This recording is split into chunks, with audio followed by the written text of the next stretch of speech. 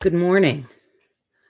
This week's devotion for Holy Week is You Have to Stay Through the End. There are a couple of things that I truly hate in movies and TV series. I hate them enough that sometimes I actually walk out.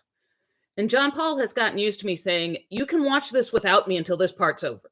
Tell me when it's done and I'll come back in." The first thing is when a person that you believed was the hero turns out to be the bad guy. I saw the movie Jagged Edge as a teenager because it starred Jeff Bridges, who was Flynn in Tron and the cute alien in Starman. He always played sweet, good, honest, lovable characters. That's what it looked like he was going to be in Jagged Edge, too. And I'm still traumatized by that 30 years later. The other thing I can't stand is when people in the story decide that the hero is the bad guy and he or she isn't. It drove me crazy when they named Captain America a bad guy and S.H.I.E.L.D. was hunting him. I didn't walk out of the theater, but it had me very upset. The DC Comics TV series seemed to really like this theme. So several times I've had to tell John Paul, okay, you can watch this show on your own until Flash or Superman or whoever they're going to do it to next is out of prison. They're persecuting the only one who can save them. Now, why does that sound familiar? We are in Holy Week, and that's exactly what happens.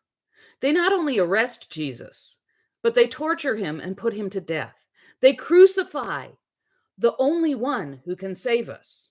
It's horrible. It should traumatize us.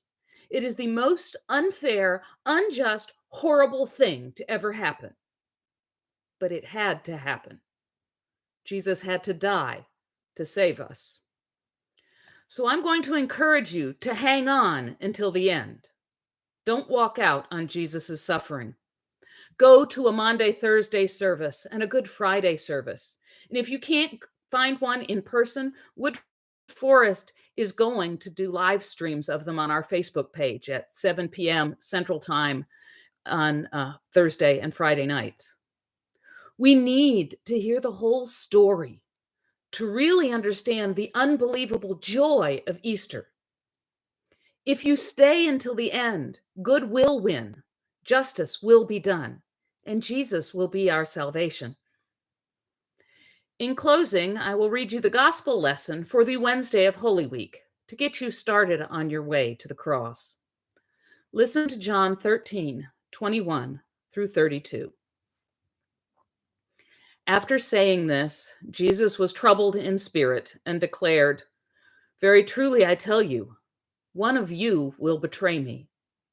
The disciples looked at one another, uncertain of whom he was speaking. One of the disciples, the one whom Jesus loved, was reclining next to him. Simon Peter, therefore, motioned for him to ask Jesus of whom he was speaking. So while reclining next to Jesus, he asked him, "Lord, who is it?"